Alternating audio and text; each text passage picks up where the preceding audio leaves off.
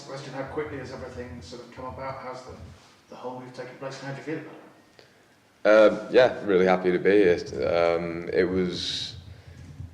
It came about pretty quick. I got called into Darren Moore's office, and he told me that Swindon have come in for me, and yeah, I was excited about the prospect of being here, and yeah, my agent's got onto it, and Ian was all over it, so we just got it done as quickly and as smoothly as possible, really.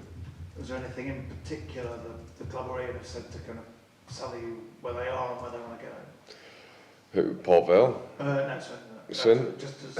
No, listen, I mean, I had a chat with Ian about coming here and what he wants from the team and what he wants from me, and it just resonated with me, and yeah, I was just kind of wanted to get here and play as many games as possible for him. How important is sort of consistent first team football at this stage? It's always important to play consistently in your career. Doesn't matter if you're 18 or you're turning 32 this month like me. So I want to play as many games as possible, and Swindon gave me the opportunity to do that, and I took it. Is it all a bit of a surprise to have left Vale suddenly, having been, the consistent choice for most of the first half of the season? Yeah, listen, it wasn't the way I wanted to go. I think Port Vale is an amazing club with an amazing set of fans, and the club has got some amazing people in there as well, and that I'm going to miss a lot, really. It just, the way stuff happens in football, it kind of sometimes just goes the way it goes, and I'm not going to go into detail of what really happened, but just know that I'm happy to be here at Swindon, and I'm going to give my all to Swindon now. Just tell us about how your career's unfolded, because there's lots of loan spells to start with. So what's the challenge of kind of going out and trying to prove yourself, be it in England or be it in Sweden? Yeah, I mean, listen, I've always been told to play as many games as possible, doesn't matter what level it is, especially at a young age, and that's why I don't even know how many clubs I've had. I think we must be close to 15 or something like that. But it's really important to get them games under your belt, and playing in the Scottish Prem, in League One, in the Championship, in League Two, in the Superettan in Sweden. So, listen, every bit of that experience has turned me into the goalkeeper that I am today. So, it's always important. Is there anything in particular you take from the loan spell in Sweden, whether it's working with Graham Potter or just experiencing a kind of different football culture, if you like? Listen, I mean, at the time, Graham Potter wasn't this massive manager, and he was just a guy who come from Southampton, who's worked his way up through the ranks in Sweden. I didn't even know his name till I got to the club, and it was really, like you say, it was really about just experience and different football and cultures in different countries. Now, Sweden it's an amazing place to live, and again, like I've made a lifelong friend there. Even just spending a few months there, I've made a lifelong friend there who is a big part of my life, and that's the kind of experiences that you can get and what you can get out of them loan moves, really. How would you describe yourself and see yourself as a goalkeeper now with all the experience you've got? Well, experienced.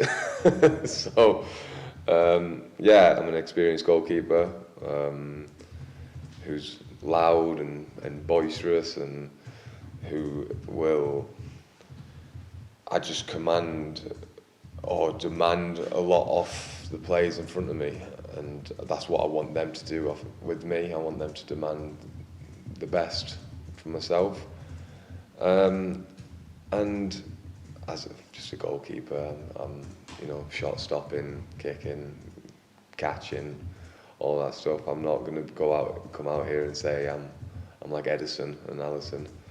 I'm just Connor Ripley who likes to keep the ball out the back of the net, really. Ian always talks a lot, I think, about kind of working with the group and trying to sort of make them more of a group and have that kind of mentality. So when you walk in there, what sort of group have you seen? Right now, I see a confident group. I see a confident bunch of lads who have had a spell of winning games, and you can see that. You can see that the lads they're raring to go, and I think that there's a bit of belief in the club now. I mean, I know that Swindon didn't have the best of starts this season, which is beyond me because it's a big club and it should be up near the playoffs. But right now I think it's 10 points from the playoffs with 16 games to go. So there's no reason why we cannot make the playoffs, and that is our aim, and that's what we're going to do. You're a pretty good person to ask about the challenge, I guess, Swindon have got on Saturday. What sort of challenge have they got? How frustrated are you can't actually be a part of it? Yeah, I am frustrated that I can't be a part of it, but that's the way football goes, and I won't go into the details and depths of why I can't play, but it is what it is, and I'm frustrated, but now it means that I can help in other ways. I can help Jack get ready for the game. I can help the boys, give them a little bit of inside information. That's what I can do, because right now I'm a Swindon player and I want Swindon to win. But Port Vale, they've got good players there. They've got really good players there, and it's starting to click again because they went on a bit of a downturn, but it's going to be a difficult game. Port Vale are a good club and a good team, and it will be very hard to overcome them, but it doesn't mean that we can't. And I'm telling you now that if these boys that I've seen train for the past week do what they do, there's no way in hell that they can't beat them. And if I can ask you a little bit about your dad, how much of influence is he in your career, or has he kind of sort of stood off a little bit and let you make your own way? Yeah, he was clearly a massive influence in my career. He was a big part of it early on, and then he kind of took a step back and let me. He was my agent at first, but then he just let me deal with some other people because he wanted to do his own thing. But yeah, he was my hero when I was a kid, and I looked up to him massively. So he was a big big influence in my career. And I called him up and said I'm going to go sign for Swindon. He was like, "All right, okay." He was a bit surprised, but he's excited for me, and he was a big influence in my career. And the last one, are you quite glad you don't actually play in the same position as him, so you don't have those kind of direct comparisons to your dad, if you like? Listen, I mean, I'm sure there's someone will compare us. I'm sure they will, but I'm pretty sure that I'm happy that I'm not in that position, because my dad was a world-class footballer. I don't think I would have made it to that point. You don't win the Premier League and play for England if you're not a world-class footballer, and so I'm quite happy that I can't be compared to him. But I'm pretty sure that they can't. If he tries to go and goal, that I'm a bit better than him at goals now. So Yeah, it is. It does help, but everyone's gonna say, "Oh, well, he's Stuart Ripley's son." But thankfully, that he took a step back, and I've got to where I am, and I've done what I've done in my career because of what I've done, and not really anything to do with him. But best believe that he's been supporting me in the background. Best of luck here, mate. Thank you. How did it feel trying to say on the club? Because it's in a bit of a strange position where obviously they were defending against relegation, and now clearly you're looking up.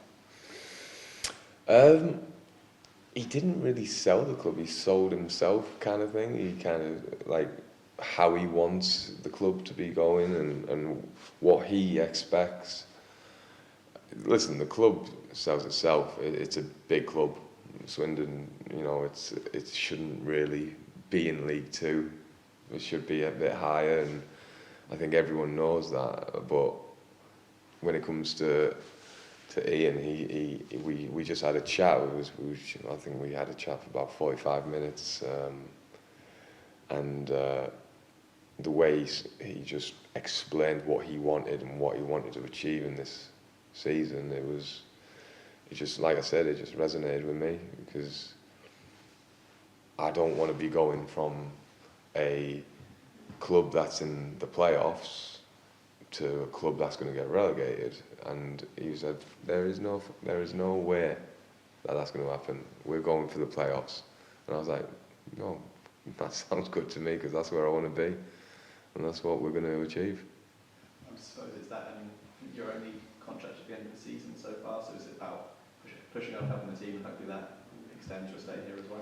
Yeah, listen, I mean, Swindon just took over my contract from Port Vale. It wasn't anything, don't have to look into that as much, but I'm here to do the best I can do, and what I can do is trying to help win games for the club and drive them up to the playoffs, really.